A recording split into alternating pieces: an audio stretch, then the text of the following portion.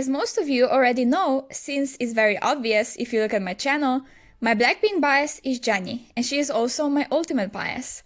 I've spoken about the whole quote-unquote lazy scandal before on my channel, and I will leave that video in the iCard right now. Check it out because in there I explained in details everything that was going on with Jennie and what the whole scandal was really about.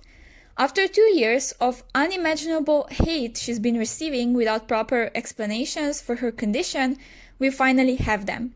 We finally know why her performances have been lacking tremendously during certain period of time in the past. It was released in an article that I will leave a link to in my description, but I'll also summarize it in this video, so let's just get into it.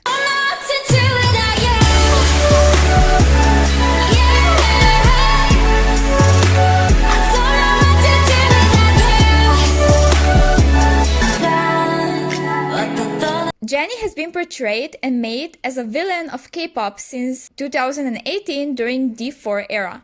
Her charisma on stage and performance abilities dropped, and from there on people separated into 3 groups. The first one were 024 Blinks, or even Jennie's solo stance, defending her and putting forward evidence supporting at the time only theory of her being either mentally or physically unwell.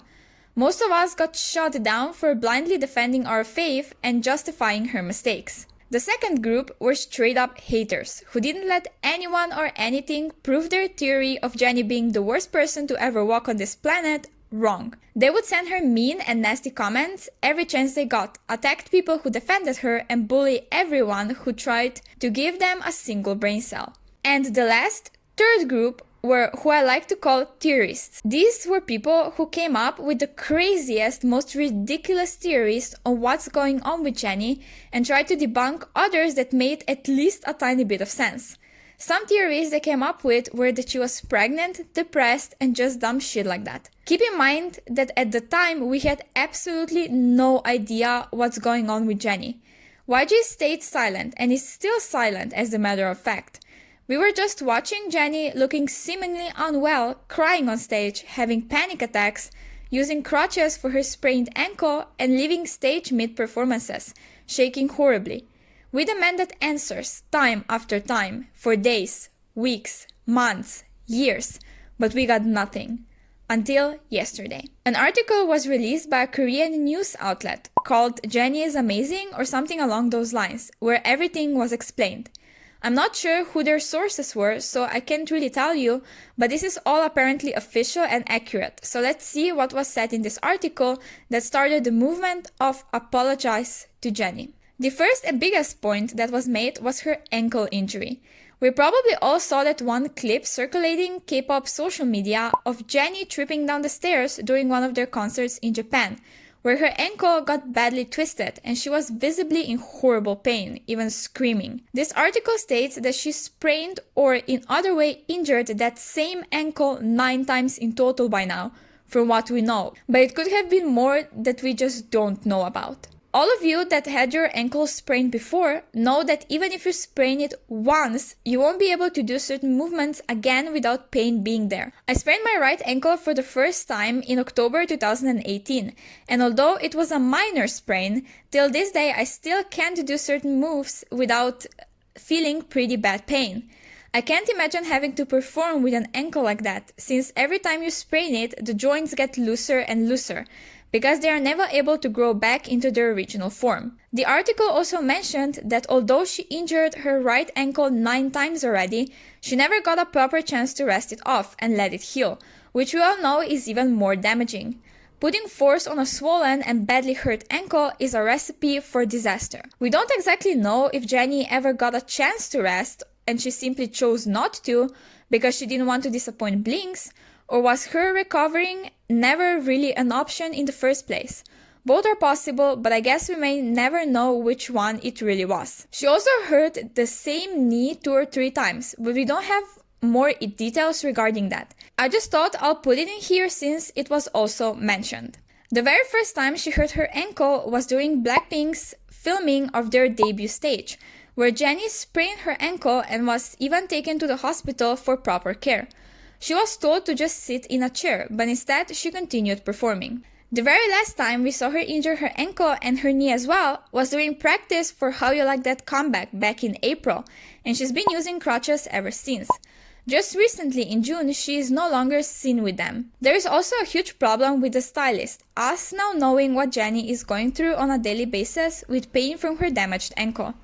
During How You Like That promotions, and despite the fact that she was seen with crutches just days before their first music show stage, she was still given pretty high heels. The choreography of this song being quite difficult, this is for sure extremely dangerous for her yet again. The second thing that was brought up already during the happening of the scandal and has now been confirmed is Jennie suffering from motion sickness. Although she said it herself multiple times, people never took her seriously and kept disregarding her health issues. But her motion sickness is indeed so bad that she has to wear patches. If she does any activities without wearing them, she will lose consciousness. There was also a lot of talk about her weak stamina, and that was also confirmed. Jennie's mom herself said that Jennie was born with no physical energy, and she also has extremely low pain threshold.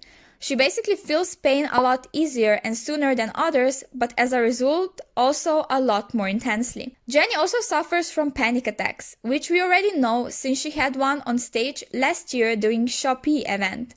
She basically said herself before that she doesn't like to be surrounded by strangers because she is afraid of them. At the airports, she struggles the most, and even tried to wear hats to not see the crowd. But that didn't really work at all. All this fear is probably also coming from her past experiences with strangers.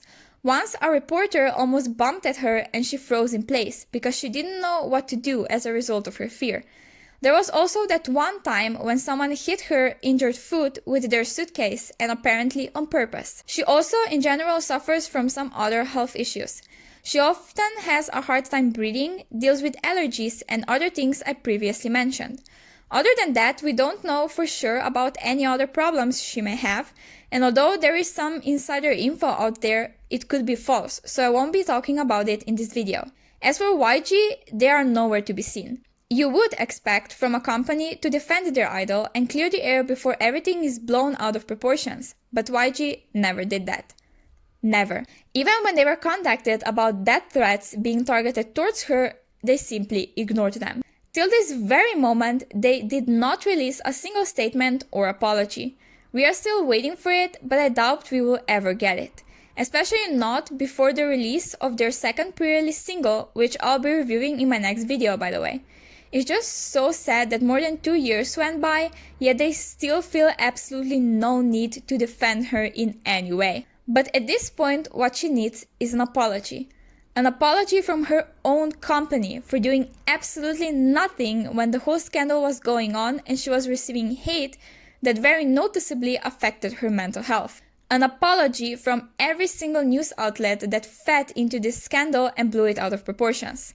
An apology from every single person who sent her any type of malicious or hateful comments, without trying to understand her. At the very end, an apology from all blings who ever doubted her efforts and dedication to music, calling her lazy and too privileged to perform properly. This includes some K-pop YouTubers as well. You all know who you are. At this point, all I want to ask you is to go to her Instagram in my pinned comment and leave nice, loving and positive comments on her posts. I think she needed them for the past 2 years, but she also needs them now.